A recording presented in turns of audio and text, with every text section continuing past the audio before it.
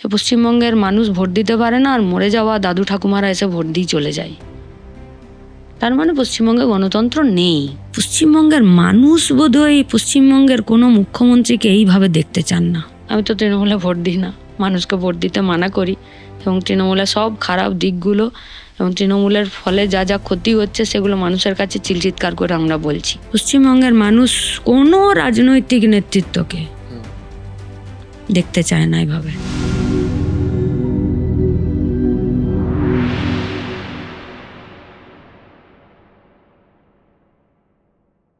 You're a very prominent figure right now in Bengal's politics.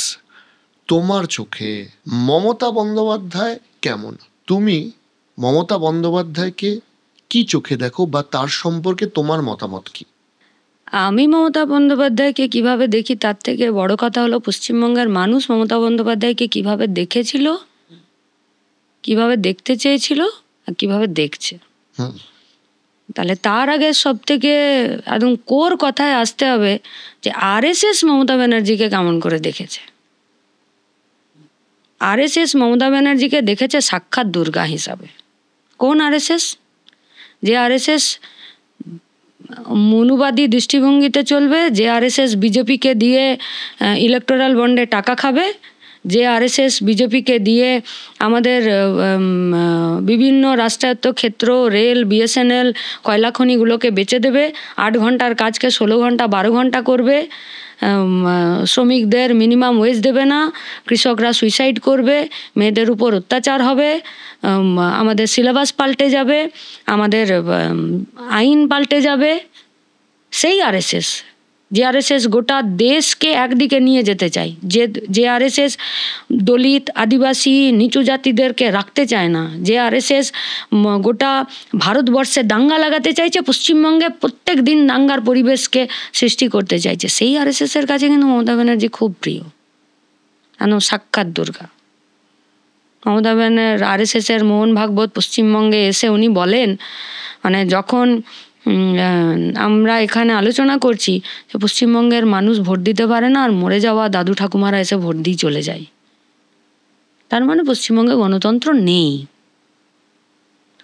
আমরা একটু আগে আলোচনা করলাম যে পশ্চিমবঙ্গে ঠিক করে দিয়েছে যে কোন লাইব্রেরিতে, কোন কলেজে, কোন অফিসে কে কোন খবরের কাগজ পড়বে সেটা মমতা ব্যানার্জি ঠিক করে দেবেন, টিএমসি ঠিক করে দেবে, রাজ্যের সরকার ঠিক করে দেবে।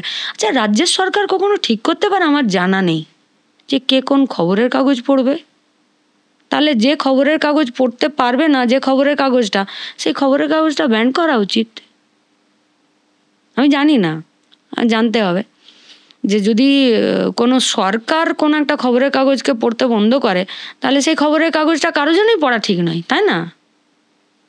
যে খবরের কাগজটা কলেজে পড়তে দেবে না তার মানে সেই খবরের কাগজটা কারো পড়া উচিত নয়, সেই খবরের কাগজটা পড়া বন্ধ করা দরকার।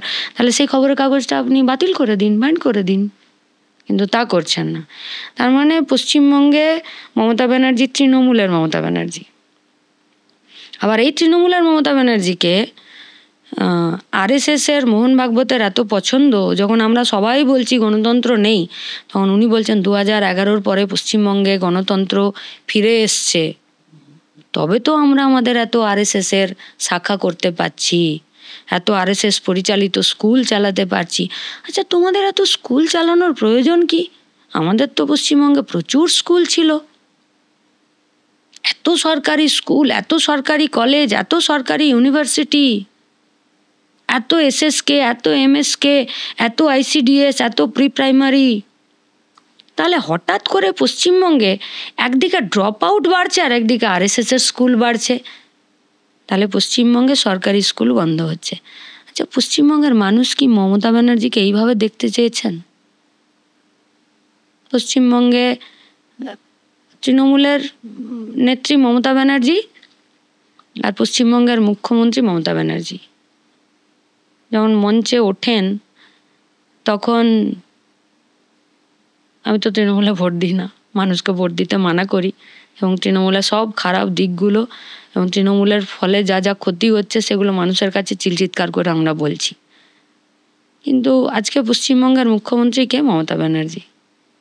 আমি পশ্চিমবঙ্গের ভোটার, আমার বাড়ি পশ্চিমবঙ্গে, তাহলে আমার রাজ্য পশ্চিমবঙ্গ, কিন্তু মঞ্চে যখন উঠবেন তখন একটি রাজ্যের মুখ্যমন্ত্রী মমতা ব্যানার্জি যে কোনো অপরাধকে তিনি অপরাধ বলে গণ্যই করবেন না। একটা ব্লাস্ট হচ্ছে পঞ্চায়েতের ভোটের আগে, বোমা বন্দুক, চাল উড়ে অন্যের ঘরে গিয়ে তার হাত কেটে যাচ্ছে, এটা অপরাধ নয়? পশ্চিমবঙ্গে কোনো একটি মেয়ের সাথে একটি অমানবিক ঘটনা ঘটছে, একটা নির্যাতনের একটা পাশবিক ঘটনা ঘটছে, সেখানে তিনি বলবেন যে ওটা ওদের নিজেদের প্রেমের বিষয় ছিল, লাভ অ্যাফেয়ার্স ছিল? উনি বলবেন যে তার ক্লায়েন্টের সঙ্গে তার ঠিকঠাক হয়নি বলে দর কষাকষি, তার জন্য তাকে মেরে ফেলেছে? রাজ্যের মুখ্যমন্ত্রী এইটা বলবেন মমতা ব্যানার্জি যে ক্ষতিপূরণ এত বয়স হলে এত বয়স হলে এত রেট ঠিক করবেন? পশ্চিমবঙ্গের মানুষ বোধহয় পশ্চিমবঙ্গের কোনো মুখ্যমন্ত্রীকে এইভাবে দেখতে চান না। আবার কোনো ঘটনাতে আগ বাড়িয়ে প্রশাসনিক মিটিংয়ে বা কোনো মঞ্চ থেকে কোনো একটা ঘটনাকে ছোট ঘটনা, খাটো ঘটনা, দুষ্টু ছেলে, দামাল ছেলে করে দিলেন। আবার বৃহত্তর ঘটনা যেখানে গোটা রাজ্যের মানুষ রাস্তায় দাঁড়িয়ে আছে, সেখানে চুপ থেকে গেলেন। শিরাগুলো চুপ থাকতে দেয়? মাথার মধ্যে, মস্তিষ্কের মধ্যে যে সূক্ষ্ম আমাদের স্নায়ুগুলো আছে, তারা চুপ থাকতে দেয়? পশ্চিমবঙ্গের বেকার ছেলে মেয়েগুলো ট্রেনে করে যাচ্ছে, পরিযায়ী শ্রমিক হচ্ছে, বাইরের রাজ্যে মার খাচ্ছে, ডেড বডি হয়ে কফিনে করে রাজ্যে ফিরে আসছে। মাথার ছোট ছোট সূক্ষ্ম শিরাগুলো, স্নায়ুগুলো চুপ থাকতে দেয়? কি করে দেয়?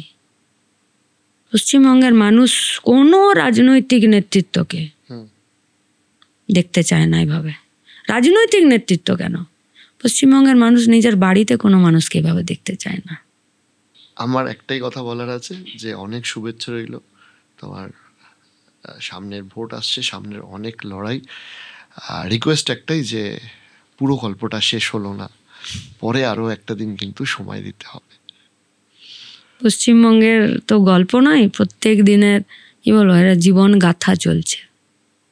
সেখানে গোটা পশ্চিমবঙ্গের অসংখ্য সাধারণ মানুষ এই কথাগুলো বলতে চাইছে, তাদের কথাগুলো কেউ শোনার লোক নেই।